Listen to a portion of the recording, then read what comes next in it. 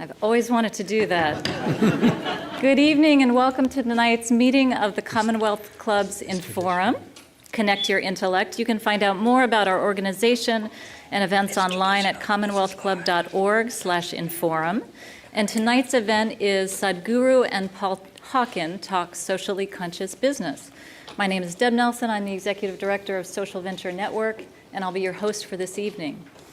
So the concept of socially conscious business has been around for a long time, and it's evolving every day. And all around this country and around the world, more and more leaders are using and finding new ways to leverage the power of business to solve social and economic problems. And they're doing it by focusing on a triple bottom line, one that focuses on people, planet, and profit. And tonight, we'll find out more about a conscious business paradigm and learn about the qualities of a leader in this new era, how entrepreneurs can create new values-driven businesses, and how established businesses can evolve into more conscious, values-driven organizations. And with us tonight, we have two visionary leaders, Sadhguru, who is a yogi, mystic, humanitarian, and founder of Isha Foundation. Sadhguru was named one of India's 50 most powerful people by India Today magazine and has spoken all over the world, including at the UN Millennium World Peace Summit and the World Economic Forum. And Paul Hawken is a well-known environmentalist, entrepreneur, and author. His work includes starting ecological businesses, writing about the impact of commerce on living systems, and consulting with heads of state and CEOs. He has also written many national bestsellers, including Ecology of Commerce and Blessed Unrest. And although they come from two very different backgrounds, they are both very effective leaders who are working at the intersection of business and spirituality. And so we brought them together to explore what business with a higher purpose looks like. So I'll start with the first question, and then I'm going to step away for half an hour, and we'll come back and take questions from the audience. So Paul, I'd like to kick it off with a question to you, and that is, what does socially conscious business really mean? Thank you, Deb. I'll tell an SVN story. I think it goes back 20 years. And this is on Social Venture Network, just started, and I think it was in New Jersey. And SVN had brought Anita Roddick from the Body Shop to SVN, or she came anyway. And I was sitting next to Mel Ziegler, who is the founder of Banana Republic, and Bruce Cates, the founder of Rockport. And we're all watching this presentation from Anita Roddick. And it was just mind-numbing, blowing. It was just like, whoa, and it was high def and this and movies and, trucks with 6-foot pictures of Stephen Biko, and Nelson Mandela and Gandhi and Martin Luther King and, her in the Amazon jungle with paint on her face, sourcing ingredients and statements that women are being objectified and they should never think that they're not beautiful. It was just a stunning presentation. And it was over, and I turned to Mel and Bruce and I said, "What do you think?" And Bruce said, "I think I've wasted my whole effing life." It was so overwhelming. But I think we have to understand that the idea of socially conscious business goes back 400, 500 years. It's not new at all. It's not just this last 40, 50 years. I mean, Quaker Oats, Heinz Company, so many companies in the United States, A&P, it's gone now, but it started with a very clear social mission. And I think what's changed now, of course, is the internet and what does social mean? Because social used to mean social, like your society, the people around you. And now it's come to mean something very different on the social side. And on conscious, I think I agree with Sadhguru that conscious is a loaded term. I think intelligence or awareness is the term, or really it's connected. And to me, a socially conscious business is highly connected to its place and to its people and to its culture. And I think we've come to think that the sort of Promethean businesses, like Google and others, that are world famous and whose, founders are very rich, are socially conscious. And to me, socially conscious businesses are like Acme Bread, in Berkeley. And it's the midwives and the craftspeople and the farmers and the artisan food makers and those we don't hear about, but we actually do business with. And they're the ones who are never going to sell out and basically manage their portfolio in Kauai. They're the ones who are going to be with you for their whole life and be involved with the community. So to me, socially conscious is really an old-fashioned virtue. It's not triple bottom line, in which John Elkington coined that term, which is great. But it's not even that division, in that sense of like there's this and there's that and there's that, and somehow they've got to drive each other. It is so coherent and integrated that the person doesn't really have to think about it. Big corporations have to figure out the triple bottom line. What do you think?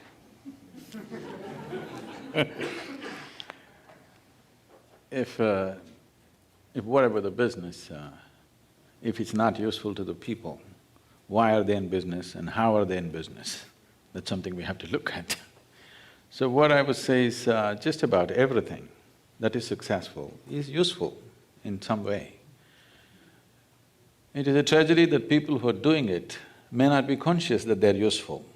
They may be just thinking of profit, profit, profit as the bottom line, but they don't understand or enjoy that they're creating something worthwhile for the world, which they're anyway doing. Actually, I must say this, the first time when I was at the Economic Forum in Davos, people were almost resentful. Why is a mystic attending a business meeting? I happened to be at a dinner table with someone who was a leading computer makers of the time, and he asked this question, "Why are you here?" So I asked him, "See, what's your business?" He said, "We are one of the largest computer makers in the world." They got bought over by the Chinese some time ago.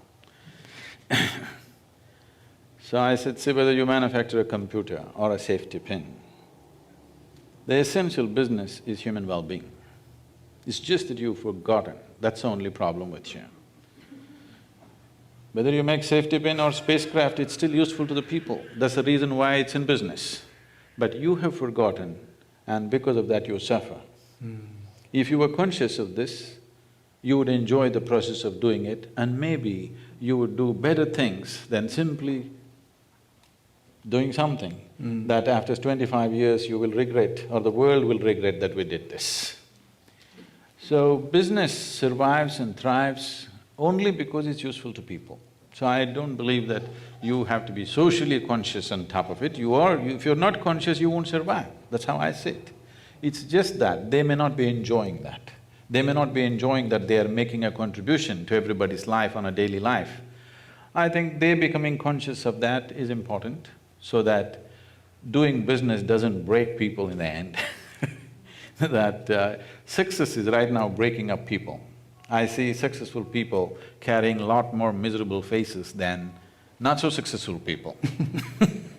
You will see not-so-successful people walking the beach and they're much happier. The very successful people are carrying stiff, rigid, long faces, and that's a wrong message, because success is the sweetest thing on the planet. In human life, success is important. Right now, successful people are sending out a message that success is suffering, and that's bad. When that happens, the younger people will think, what is the point pursuing this? Smoking pot on the street side is better than being successful, at least we are happy. This philosophy will evolve. Once we have suffered this 40 years ago, we will again come to this if we do not send out the message that success is sweet and wonderful. And that will happen if they become conscious of the contributions that they're making. Do you think… for me, success though, how it's defined, you're defining it as being happy, and that it's enjoying it, that it's having pleasure from doing what you do initially, not because of the actual outcome. But it seems to me, and I agree with you about the long faces, that's for sure, but also it seems to me that we're in a world where business has gone right off around the bend. Business is basically destroying its host and rationalizing it and calling it lots of things and justifying it, and maybe paying great returns to their shareholders or the investors. But in fact, most commerce today is destroying the earth, and not by intention necessarily, but by fact. And it seems to me when we're talking about social conscious business, we're talking to a new generation of people, especially around here, but everywhere, who in fact see that. And then I know for myself, when I went into business, actually everyone disapproved. All my peers disapproved. I grew up in Berkeley, the only one of 2 communist towns in the United States at that time.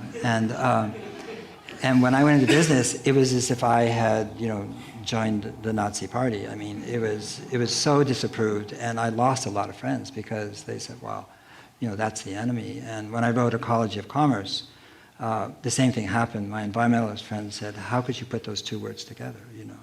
So I think what we now have is a generation that doesn't make that distinction, doesn't make that separation, and for them, what they have to deal with is a investment community. We talked about venture capitalists, a community of or a ethos, if you will, in commerce that is about speed. It's about growth.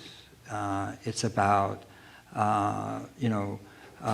it's not about the very things that you're talking about. And it seems to me that we're trying to restore. And I think what is happening is people are trying to bring back this thing, the social, the societal, the local. That is to bring business back to us, which is not out there and not on the stock exchange and not something we read about, but something we interact with, something that actually does not only make us happy as the business people or the entrepreneurs, but actually makes other people happy. And I think that's hard to do right now because of the pressures. See, $1 that's floating around, there are too many people trying to eat from that $1 that's floating around, okay? So when you say venture capitalists, there are so many people who are trying to draw sustenance from the same dollar which is making the rounds. So when there is investment like this, being socially conscious, doing something which is not all about profit is difficult. People may talk about it, but when it actually comes to action, it'll become very difficult because the pressures of generating something for that many people who are eating out of that dollar becomes a certain process. Absolutely. And about you losing your friends. I made new ones, don't worry. Because when you talk about an idea, which is a fantastic idea, but they may lose their money, you will lose friends. It may be a great idea, long term, but today they're going to lose their dollar, you will lose friends. And for this to happen successfully, all these long-term ideas, it needs a certain level of administrative or governmental support. It cannot be done by active money which has to earn today to pay somebody tomorrow. That money cannot do this work. Right now, all this is trying to be done by private investors, and private investment is on a fast track. It has to generate money, you can't keep it 10 years investment or 15 years investment of a payback schedule. It has to pay back in the 3 months or 6 months or 1 year. This is not just the investor's hurry because the money comes from elsewhere. Who is in a hurry? And there are too many people on the way who are in a rush.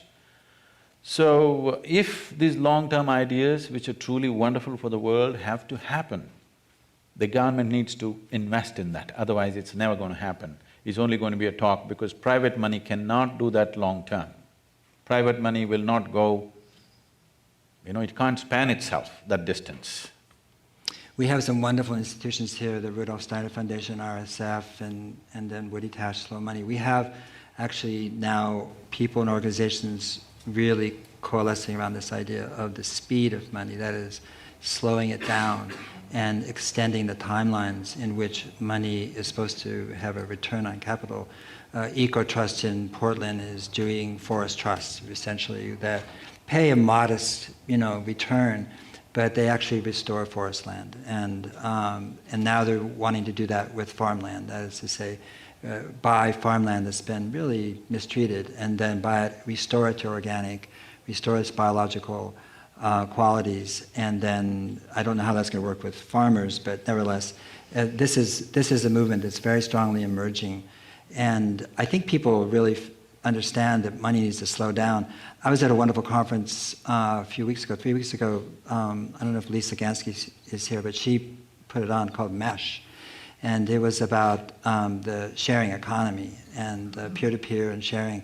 It was a fantastic conference, and one of the data points that really struck me was the one between Airbnb and Intercontinental Hotels. Intercontinental Hotels today is the largest hotel chain in the world. It has 650,000 beds, and Airbnb has 650,000 beds too, and they did it in 4 years, and with no capital for beds anyway. And but there's a paradox there, which is these new companies that are rising here, these sharing-based or peer-to-peer-based companies, are being funded by venture capital. So there's still that tacit understanding that somehow there's going to be this 40% return year on year on the capital paid in. And what I see, and people show me their business plans and their spreadsheets, and they're really tortured in a sense to get them into shape to show this, kind of growth. And that growth we understand biologically as cancer and not development. And so in a sense we're funding, as you say, because of proxy money. And proxy money doesn't have an owner. It's what I'm saying about local again. It doesn't. Who owns that money? That money for the VC might have come from a university. Well, where did that money come from? That came from alumni donors. And so the incentives that VCs have is really perverse, because it is about, turning that money over quickly in order for them to be personally compensated and benefit. And so we look at the successes of VC money in the Googles and the Facebooks, et cetera, and we overlook, in fact, that is not a way. I don't think it's a way to fund the future. I think it's a way to destroy the future. If the speed of the money has to slow down, in many ways, our lifestyles have to change. The pressure of lifestyle is transmitting or transforming itself into demand and the speed of money. Just slowing down the speed of money, and if our lifestyles are at a certain pace, and naturally the pressures build up.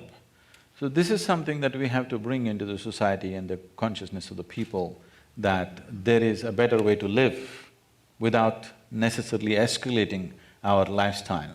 If this has to happen right now, we are in pursuit of happiness. It is also written into the Constitution that you have a right to pursue your happiness.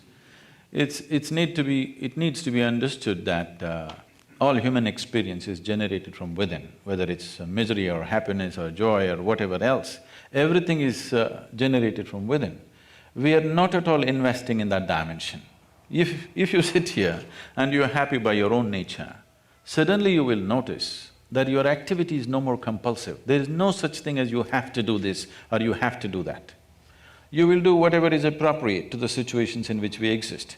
Right now, people are in pursuit of happiness, and there is a certain compulsive activity. To fuel that compulsive activity, the money has to flow at a certain speed, and that speed is unrealistic. And something needs to be done about that, because we are always trying to transform situations in which we exist, not understanding situations are just a consequence of the kind of people that we are. We are never trying to transform the individual people. We are always trying to transform the situation. No, don't bother about the situation. Situation is just a product of the type of people that we are. If you transform the individual person, then the situation will naturally transform. But with the situation, you can just make a slogan and, network on the Facebook and forget about it. Individual transformation means it has to begin with you and you have to work with people. It's a long haul. Well, I think one of the things that we're seeing though is this, and if you look at the past 40 years, right now there's fantastic evolution in terms of people's awareness of what does comprise, I think it's an awkward term, socially conscious business, but I'll use it. And one of those aspects is localization, and localization on every aspect. I mean, not just food networks and locavores, but actually, money has to be localized. Because everything in business is really about relationships, again, social relationships. And the relationships have to be enduring and not based on money themselves. If it's based on money, it's not really a relationship, it's a transaction. And so money has to be localized, but it's not just money, energy has to be localized. We can't buy our solar panels from China. I'm sorry, it won't work. We buy oil from Saudi Arabia and our solar from China. What's changed? Nothing. And so what I feel is happening, and certainly the Bay Area is a hotbed of that, is this sense of transforming the cities, transforming neighborhoods, transforming the relationships people have, not in a sense looking for scale and rapid growth as a means to measure success, but looking at small artisanal food producers and restaurants, and now the maker revolution in San Francisco, where people are coming back to the city to actually make things that were made overseas, in fact. So you're seeing this really rapid prototypical change occurring in cities all over the world, and especially here and along the coast. And I think it's really the harbinger of sort of a new city-state mentality, where the hub isn't going to be New York and London and money center banks, but the hub is going to be the culture of cities that have this increasing vibrancy. Some of San Francisco's vibrancy is paid for because there's so much money here. But I mean, and there is. This is the richest place in the world now, from here south to San Jose. You are living in the richest place in the world. The only place that's richer is Mayfair, but that's because the Russian oligarchs and people live there, but it's not really that. This is it. You're in it. And so despite that, what I feel is a kind of authenticity growing up and developing and evolving, and I see it through SVN and so many other organizations, of people realizing that they have to, in a sense, and I use a quote from my colleague Amanda Ravenhill, but people have to hold hands and collaborate. And it's different than being the entrepreneurial hero, the Promethean, over-the-top, I'm going to make it. And that's what I see starting to emerge. And I think that's a very, very happy, helpful, joyous even sign that people understand that. And that it's not dropping out, it's dropping in to what is humane. And as I've said, we need more humane beings. We have too many, maybe, people on the planet, but we need more humane beings. And you become humane by the way you connect to each other. And so in the end, to me, it's about falling in love. And so what is socially conscious? It's falling in love. Falling in love with your family, your friends, your community, with the place you are, with all the critters and creatures that live there, and so forth. And once you're in love, what are you going to do? You're going to protect, you're going to nurture, you're going to, and you're not going to go off on a bender and try to make, $1 billion. Yeah, that's a very popular answer that I'm going to disagree with.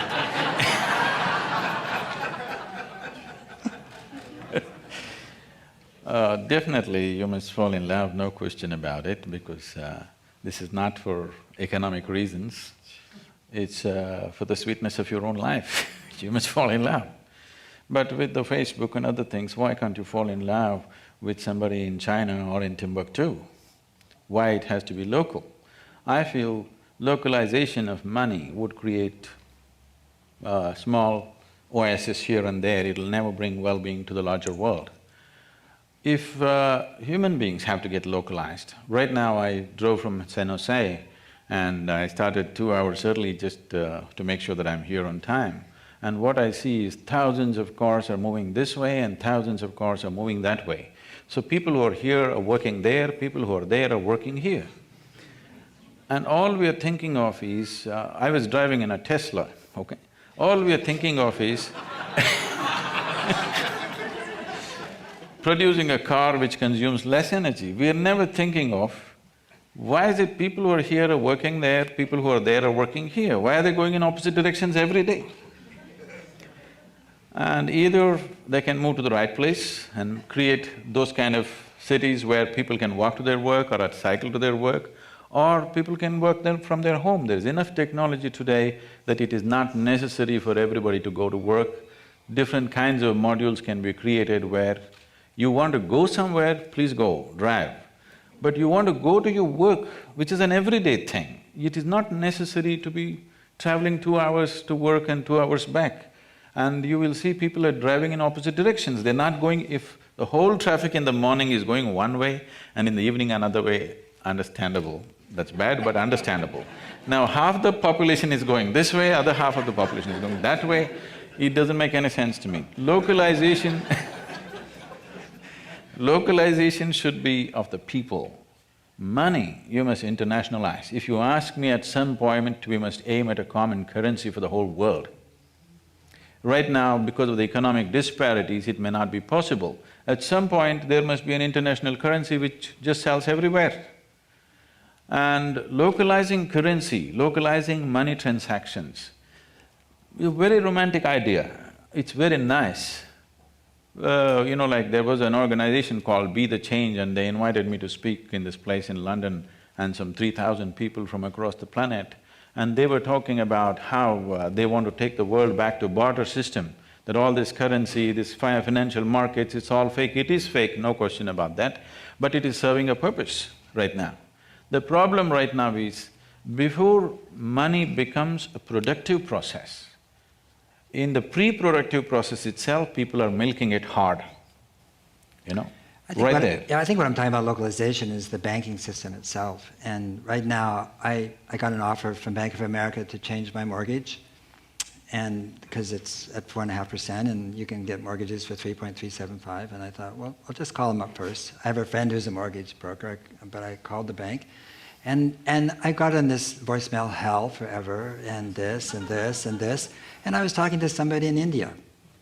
So when I'm talking about… and hello, yes, can I help you? And then what's your name? And then what's your social again? And over and over and over again. And then, what rate would you like? And I said, I asked you, I'm calling to see what you're offering, not what rate I would like. I'm not bargaining. To me, this is the idiocy of the system we have today. I'm sorry. And that is, when you have a local bank, it doesn't mean it's local currency. It means that the currency, it's our currency. We're lending to each other. There's trust. And the basis of a healthy economic system is trust. And there is no trust in the system.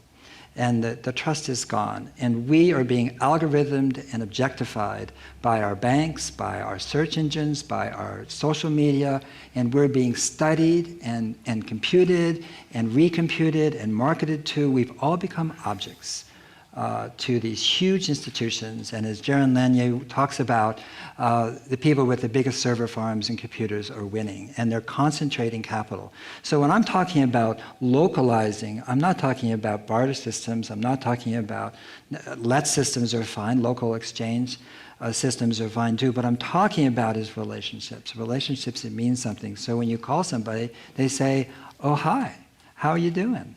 And what do you need? Oh, let me get back to you, or whatever. I'm talking about a world that makes sense to us. And I'm just saying, is it's scaling. The financial system is making us, sort of into… again, it's objectifying us, and it's making us into aliens, all of us, to a system that doesn't serve us. It's serving them, not us. And I think Lanier is very, very, very clear about this. When the 1% has more money than the middle class, democracy is dead. Because it's the middle class that is the fundamental core of democracy. And when the 1% has all the resources, or most of the resources, you can kiss goodbye to politics, to policy, to decency, to regulations, and governments making investments in those things that count. Because the investment is going to go to concentrated capital. See, when we coined the word capitalism, that word came in because the access to capital was limited to a very small number of people. What you're saying is very true, that 1% has more money than what rest of the whole population has, that's a fact. But what we also need to acknowledge is, wealth is more distributed today than ever before in the history of humanity. That's a fact too. So we're in a process, and about Beijing or Bangalore being local is happening, it's not yet happened. Right now, talking to somebody in Bangalore, you're feeling like, oh, somebody who doesn't know me is talking. But that will change too. You will feel Bangalore is a local place after some time. It is still new It is still new happening. There are people who are falling in love halfway across the world right now because of their Facebook or whatever, okay? But he was embarrassed to tell me what time it was. It was 4 a.m. Nothing wrong with 4 a.m. Not if you're meditating, but if you're talking about mortgages.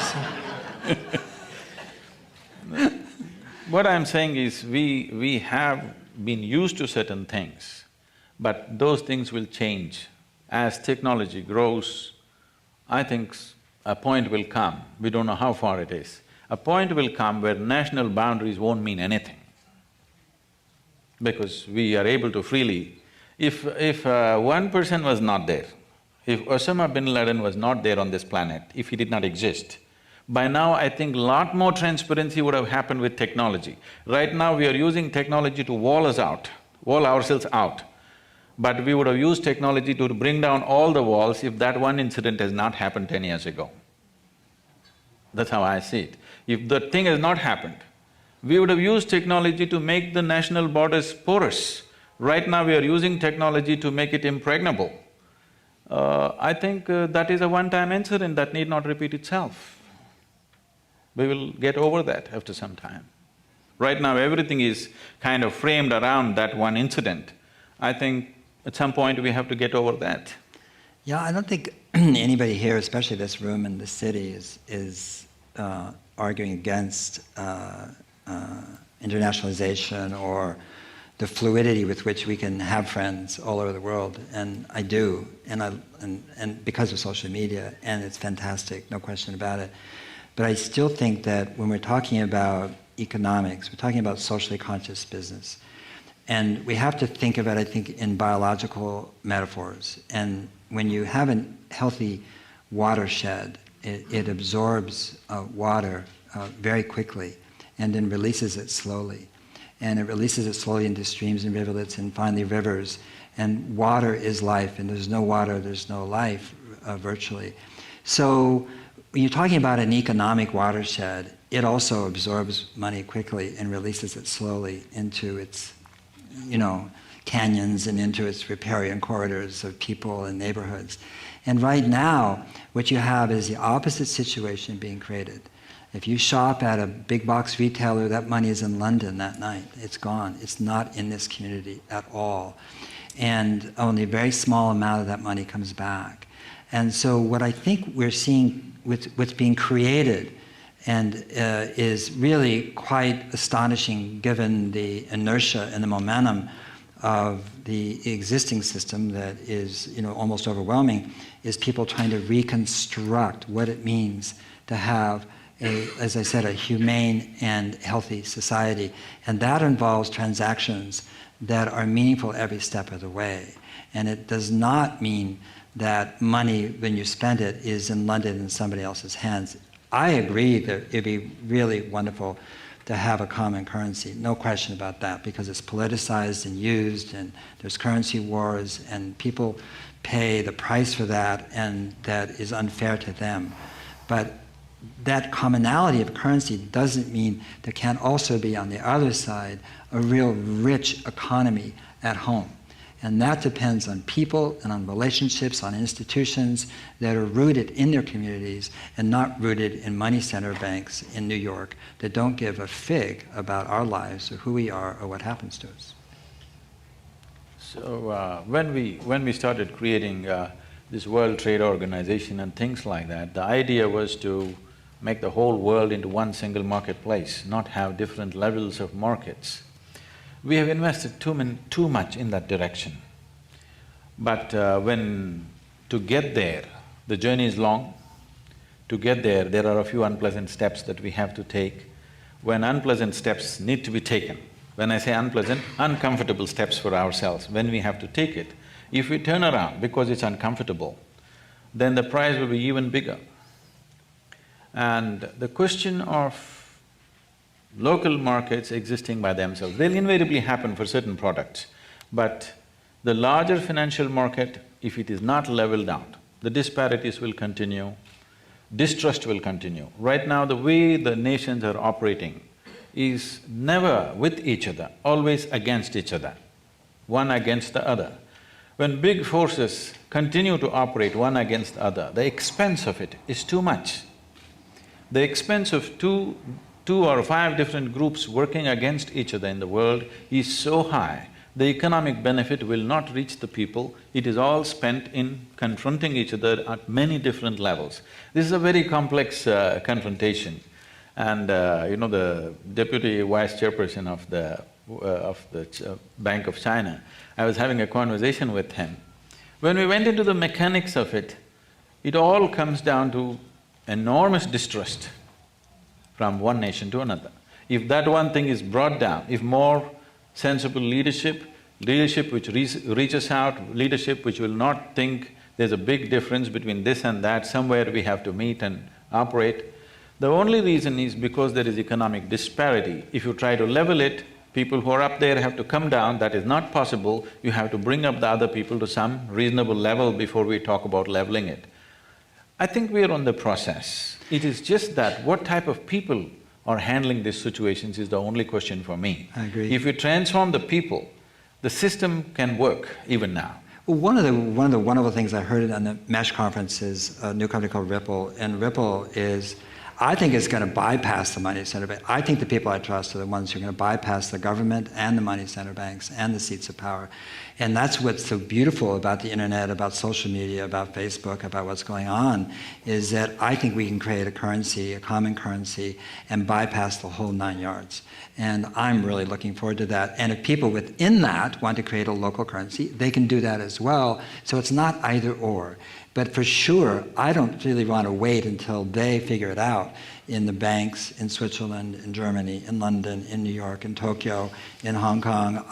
What I love about what's going on right now in business is that people can bypass, in a sense, the traditional institutions that have basically that benefit from distrust almost, and use it to their aims and use it to their end and so forth. Deborah, you're going to come back and open this up to the audience? Yes, yeah. All right, thank you so much, Sadhguru and Paul. Weren't they wonderful?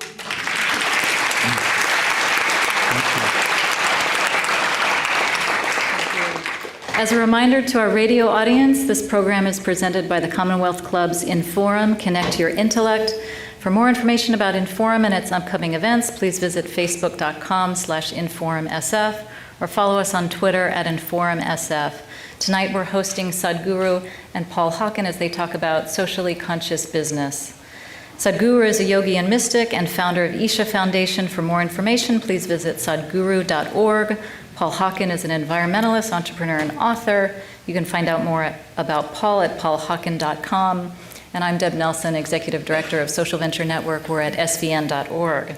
So we're going to start our question and answer period in a couple of minutes, and I'll invite you all to line up behind the mic.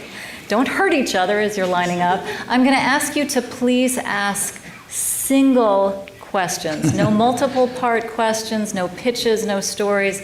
If you give us a multiple part question or make a pitch, I'm going to have to throw this gavel at you. Those are the words, so don't make me do it. So here's a transition question as you all are lining up at the mic. Most people don't find their jobs fulfilling or meaningful. So what would you say to the person who can't quite align their values with their work and they're not running the company or organization that they're working for, and turning a company into a values-driven organization doesn't happen overnight? What advice would you have for that person? Well, the thing you'll notice is that the companies that really do make a difference, it's because the CEO really got it, and she or he really understands, and that's when you see change. It doesn't mean that the work that people have done when they're not aligned with the CEO, or the CEO is too busy or doesn't have the literacy required, can't make a difference. They do.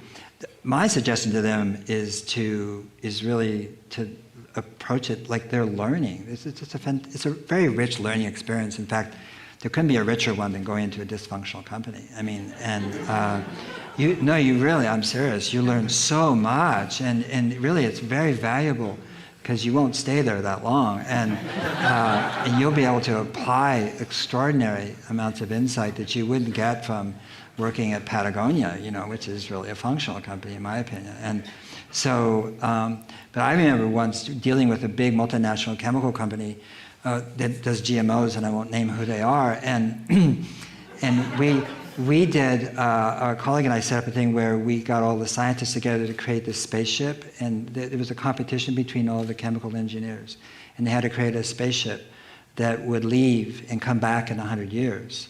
And it could be as big as they wanted, and it could receive light, but you couldn't throw anything away. And then they loved it, they're engineers, and they're competing, and then at the end they all voted on which spaceship they'd go on. And even though they were competing, they all voted for basically the one spaceship. And that spaceship didn't take videos and DVDs, it took artists and musicians and storytellers. It didn't take any products from that company. Not one single product, pesticides, chemicals, was taken because he said that would poison the environment. All the food was organically grown. They took weeds, which is their biggest selling product, to kill weeds. They took weeds because weeds help the subsoil and bring up minerals and make the soil healthy. And this is what everybody wanted to go on. And after that exercise, a whole bunch of them quit. So I think it's... Touché. So I think if you're not happy, it's a fantastic thing. It means there's some deep impulse in you that's leading you to something that's going to be really helpful to the world. Sadhguru? So when it comes to individual fulfillment, as I said earlier, instead of being in pursuit of happiness, if your life has become an expression of your joy, you'll always find a way to do something meaningful, wherever you may be, whatever your position may be. You may not be able to change the ways of a large corporation by yourself, but the little ecosystem around you, you can definitely change. But first thing, this must happen.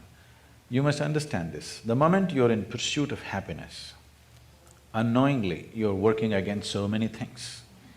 So many things. Our pursuit of happiness has brought incalculable kind of misery to every other creature on this planet, but we are pursuing it sturdily and not getting there.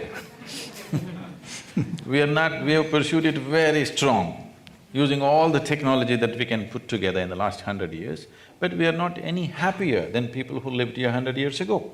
So when we are not successful for 100 years, I believe it's time to stop and look back and see, why the hell are we going around without being successful about our goals? Because what needs to be done internally, we are trying to fix it externally. It's not going to work like that. Nobody is going to be fulfilled or happy because of things that are happening around them. That is only short term. You bring yourself to a certain level of joyfulness and fulfillment within you, then your activity is no more compulsive. Once it's not compulsive, you will do what's needed according to your intelligence and capability. Somebody else cannot fix this for you, because each person will act according to his own capacity to do things. Thank you. And now we're ready to open it up to questions from the audience, and remember, single-part questions. First question. It is so single-part, you'll be amazed. Sadhguru, question for you. You said we can't transform systems, we can't transform structures, we can transform people because systems and structures are a natural occurrence, they're the reflection of who we are. How do you see the most effective way of accelerating that process of transformation? To correct the question a bit, I did not say you cannot transform the system. You can transform the system much more easily than transforming people, but it is not the answer. You transform the system and populate the system with the same people, you will see it's the same thing again. You'll just… for a few days you think things have changed, after some time it's again the same thing because it's the same people. Transforming the people is a much longer haul. It is not one day slogan shouting, it's not one day's policy thing, it is something that we have to work with our children, on the street, in the office, everywhere we need to work. So what is one thing that can transform people? One fundamental mistake we are making right now with the people, handling of the people, is we've given them this idea, if you fix the outside, everything is going to be okay. As already Paul said, you are living in the richest part of the world, but you are not the happiest lot on the planet, okay? That means it's not worked. You fix the outside, but the inside doesn't work like that. So, bringing this as a culture, see today you have infrastructure for all kinds of things. You have industry, you have hospitals, you have this, you have that, there are more toilets than there are people, all these things are there. But there is no infrastructure to transform the inner nature of the human being at all. Hardly anything, it's almost zero. 150 years ago, almost 90% of the people who lived in this country were illiterate. Today, literacy is almost 100%. How does this happen? Because the schoolrooms were built, isn't it? You build the necessary infrastructure, so the rest happens. For the inner transformation of the human being, there is no investment at all. Private, little this and that. There is no large-scale development of infrastructure. As a part of this, we built the largest meditation hall in the Western Hemisphere in Tennessee right now, because this infrastructure needs to come up in big time, where people are focused towards their inner transformation. Otherwise, as there were illiterates 150 years ago, right now there's an illiteracy about how to handle myself. When you yourself are an issue, believe me, everything in the world will be an issue. Thank you. Next question.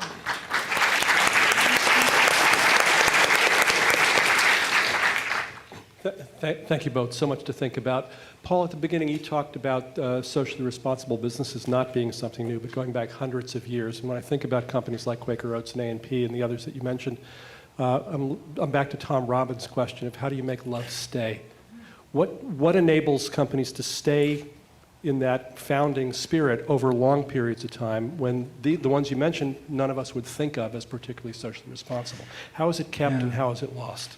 That's a really good question. I'm not sure they can, because Ari DeGus at Shell did a study on businesses, corporations that were over 400 or 500 years old. And the question is why? How did they get so old?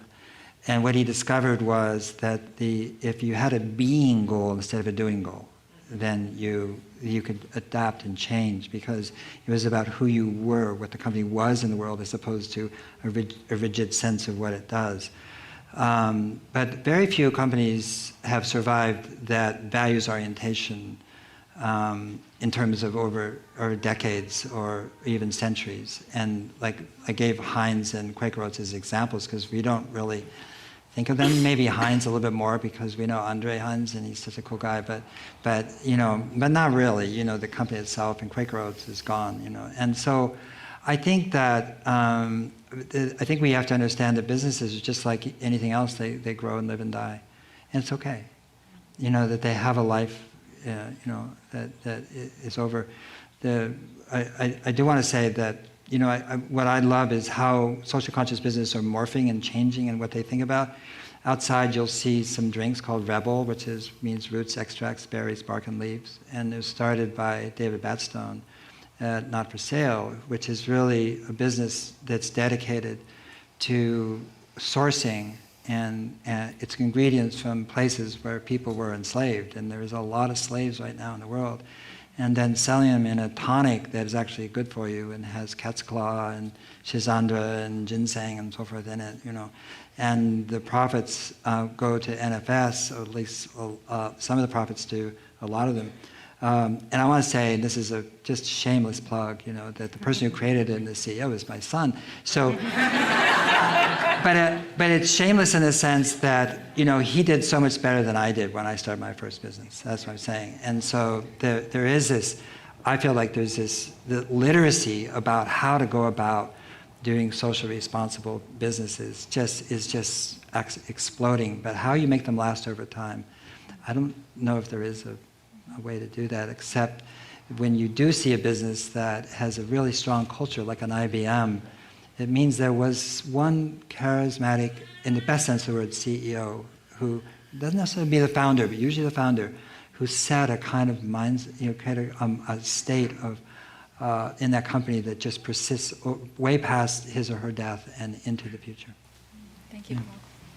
Good evening. Sadhguru, welcome to San Francisco. Thank you for sharing so much wisdom with us this evening. My question really goes to the question of motive. A lot of discussion between the two of you about consciousness and so on.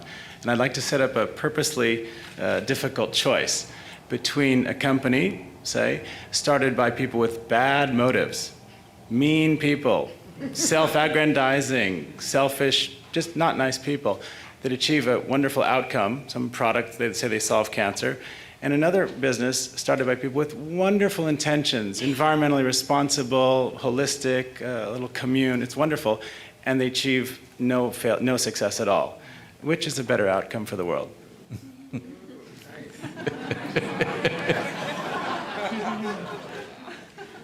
Now, when you do a certain activity, economic or otherwise, the most important thing, the most important aspect of any activity is to do it the way it works. If you do something that doesn't work, that's nonsensical activity. Romantic maybe, but nonsensical, because you're wasting the resource on the planet and your own life in the process. So, romanticism is fine, but when it comes to action, it has to work, otherwise what's the point? It's better not to work. If you want to do things which are wonderful, but does not really produce results for somebody else, come to me, I'll tell you, just close your eyes and sit joyfully. I'll see that you're fed, you just simply happily sit in one place. That's great, you're doing a wonderful job, at least you're not a problem, you know. So, intentions are fine, but any activity, if you do it, it must produce results, otherwise there's no meaning to that activity. Thank you. I had another question, but that comment has me. And what if doing focused on results ends up being exploitative, ends up being oppressive, ends up being not in the… I mean, I'll think about the women who were working in Bangalore, all right? Bangladesh. This notion that is the assumption of gaining results efficiently, but the process, so that, I'm not asking a question. So what's our response to when the framing of results ends up in damaging and oppressing people? I would say the values that you have evolved with a certain level of economic well-being, please do not impose that on the rest of the world. Do you understand? Somewhere a child is working, somewhere a woman is sitting up in the night. Do not judge this. Either the choice is she sits up in the nights and works and sleeps in the morning and has her lunch and dinner, or she goes hungry. That's the choice she has. I prefer that she works in the night. I prefer a child, a 8-year-old child works rather than being on the street and malnourished and dying at 15, 20 years of age. I prefer he works. Unless you can really make the world in such a way that every child can go to school, everything can happen to everybody, till they reach such an economic status as a society, imposing your levels of values upon them is completely unfair and it's a misunderstood concept.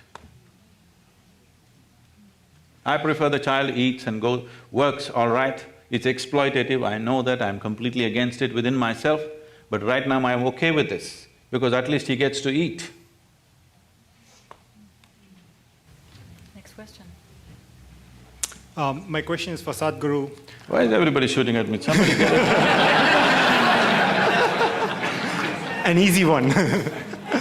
So this is regarding the point that you made earlier about investments for conscious business should come more from government who have a longer-term vision than from venture capital who has a shorter-term vision.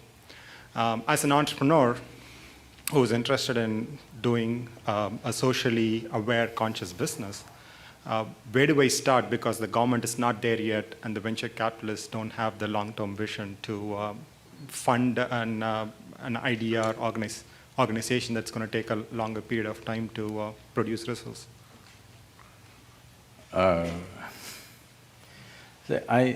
Paul used some other term, I forget, but I would use the term, it's pressure money. The money is under pressure. This money you cannot invest on aspects which need a long gestation. Right now, almost every socially conscious or environmentally conscious business is dependent upon technological breakthroughs. Technological breakthroughs are always on indefinite gestation, okay? There is no such thing as, tomorrow morning we'll have a new technology ready, there's no such thing. It may happen tomorrow morning, it may happen 10 years later, nobody is certain about that. That will not come that way. Just because a few things have happened that way, it doesn't mean everything will happen that way. Technology doesn't come at will. It takes so much to happen around, you know. Nobody knows when it'll come. So this pressure money, which is on pressure, that it has to produce something on a daily basis, that money cannot serve that purpose. That's what I meant when I said the government has to chip in for these kind of things. Now that you are an entrepreneur, you want to do something ecologically sensitive and this, there are many opportunities to do unless you're thinking of a breakthrough kind of stuff. If you're thinking of a breakthrough kind of thing, either you can join up Paul's company at a lower salary or you can join up Isha Foundation, free, it's on a voluntary basis. You can choose. Thanks, I appreciate that. You'll be getting a lot of applications. Paul, did you want to add to that? It's difficult. I mean, it's exactly, I think, why we have this whole meeting tonight. I mean, this conversation is that it's difficult to do the right thing in the world right now. Not difficult to feel that you want to do the right thing, but to actually implement it right now. And especially when it falls in the cracks between, you know, something that's small and you don't really need much capital and something that needs a lot of capital paid in. The sources of those capital tend to be money under pressure. It's not that people are bad, the VCs and nothing like that. It's just that they're under pressure and from somebody else is under pressure, and the pressure goes to the company, and then you start to make decisions in a way that you perhaps wouldn't. And so I don't think there's any answer for that, you know, and we don't have a good record in this country of governments actually making those decisions, investments. We actually have a pretty good record, though, in this country, and as other countries do, in the government investing in research and development. And I think that's where the government should go. And more money to education, more money to universities, more money to institutes that are doing legitimate research, and then they can figure out how to commercialize it and who to license it to. That makes a lot of sense to me.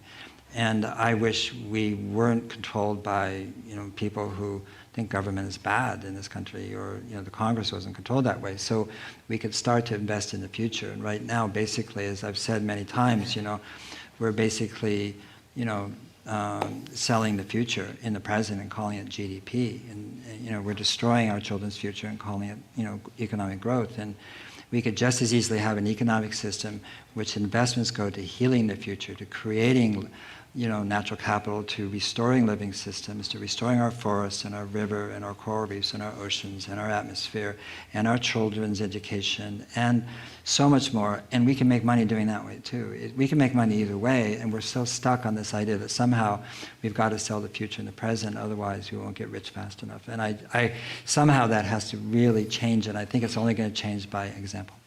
The small enterprise can run on pressure money, but the larger corporations and the government cannot run on pressure money. But right now, the government is running on pressure money, which is very unhealthy. Next question. Firstly, thank you, both of you. It was a really great discussion. I saw the topic, socially conscious business, and I was pretty much like how Sadhguruji talked about it. Every business is supposed to be socially conscious. So that's what I thought when I looked at the title. It was really useful, I should say, from my perspective, to see what's next in the socially conscious idea. So the question I have is pretty much for both of you. When I saw Paul talk about the objectification of a consumer, like when I, as a consumer, interact with a company, and then when I feel objectified, that's something that I don't want, right? So when we see a business should be socially conscious, there are some things that we have to put in as a vision for the company that comes from a consumer's perspective, right? Like what other things do you think would the consumer want that would make a business socially conscious? I've always felt that I've only done businesses where I want to be the consumer. So I don't think about him or her as somebody other. And I've been happy to create businesses where in fact, really, I just thought there'd be a few customers, and in fact, there were just a few, actually my great-great-grandfather started his first company just right here in New Montgomery and Market Street, and in 1849, and he specialized in books on in German and French on Catholicism, and in 1849, and he went out of business, and started a long history in my family, and went down, became a farmer in Silicon Valley, and I wish he kept the land. And so I think that to me is you want to be the customer, and then you're never far away. You're never studying the customer. It doesn't mean you don't listen and get feedback and work with your customers. But I feel like the way to grow is to start small, and in that smallness you can make so many mistakes, and that's the problem with rapid money, is that mistakes become too big. And when you're small, you actually want to make mistakes, because then you're in a rapid iteration, rapid learning mode. And what we need in this time of enormous transition and change is failure. We need rapid failure. We need lots of failure. And we're in a society that basically marginalizes failure and lionizes success, find to lionize success and wealth. But what we actually need to do is be experimenting, trying this and trying this and trying this, because we really have to make huge changes in the next 20, 30 years in order for us to have some semblance of a civilization at that time. And I just think we need a way of looking at money and looking at a relationship where we actually, as they say, exalt and praise failure right from first grade on.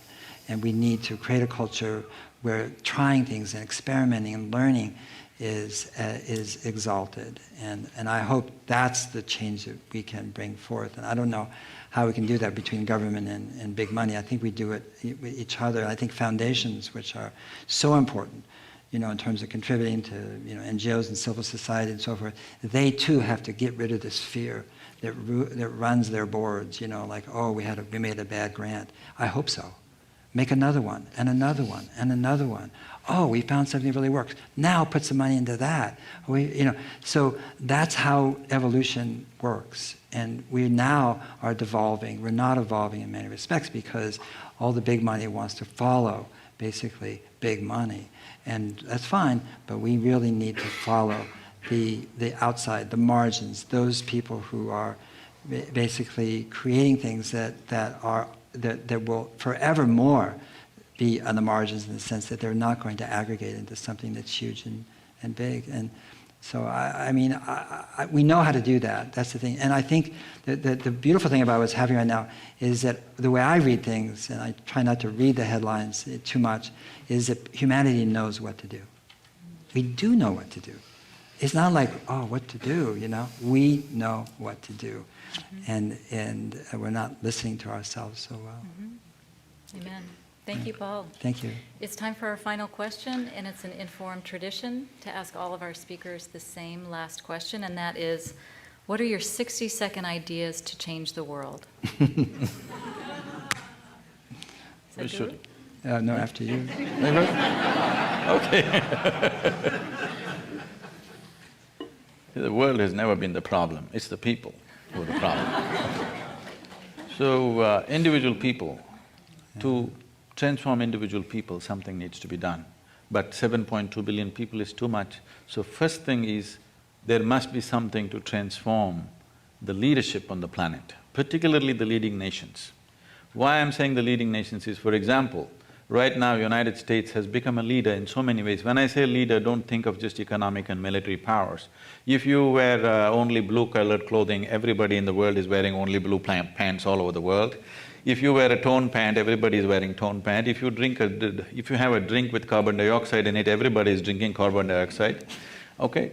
So there is a leadership. So transforming this nation, I feel, is very key, and particularly the leadership. When I say transformation, it's not about fixing somebody. It is about, you must recognize this, whenever any one of you is very joyful, you are a wonderful human being. Whenever you are unhappy, miserable, frustrated, you could be a nasty human being. So bringing the leadership to a certain level of inner clarity and pleasantness within themselves is very, very important, because only when a human being is pleasant, he is not pressured to do things compulsively. Because once you're a leader, every thought, every emotion, every action that you perform is going to impact millions of people.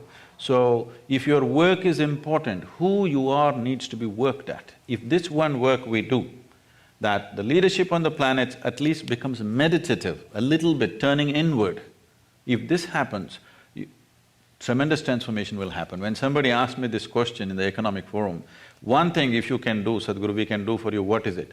I said, get me 25 people for 5 days, I will transform the world within 3 to 5 years. Who are these 25? I named the 25 heads of state. Give them to me for 5 days, you will see the world is definitely transformed within 3 to 5 years because they can change the world. You can start bottom up, but that's a long process. Did he take my time, or? You still got 1 minute. I actually never think about changing the world. I think about learning from the world, and everything I learn, I try to think, then how can I change my mind and myself? And then if I can do that, then I see the world differently, and I learn from it differently, and then I try again to see how I can change myself.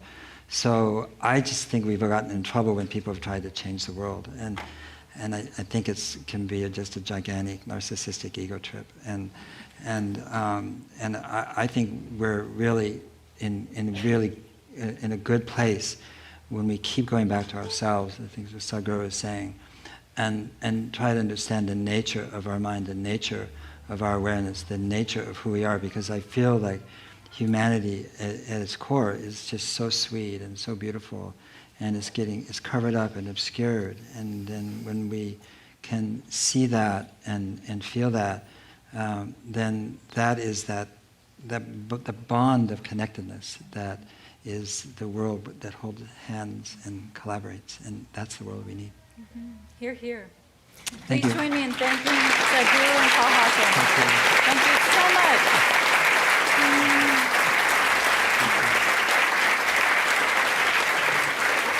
That was wonderful. Thank you so much. And now this meeting of the Commonwealth Club and Forum is adjourned.